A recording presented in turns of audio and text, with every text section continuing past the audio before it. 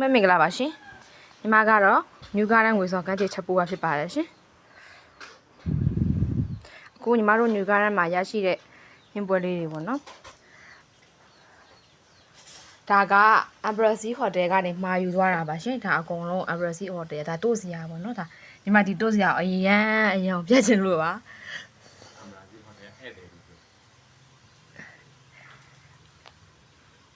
ဒါတွေကတော့ငါအချိုနှက်ကလေးပါရှင်ကဲအခုညီမစပြမှာတော့ခနန်းပေါင်းပါရှင်ဒါလေးကတော့ခနန်းပေါင်းလေးဖြစ်ပါတယ်ဒါကတော့ပြည်ကြီးငါးပေါင်းလေးတွေပါ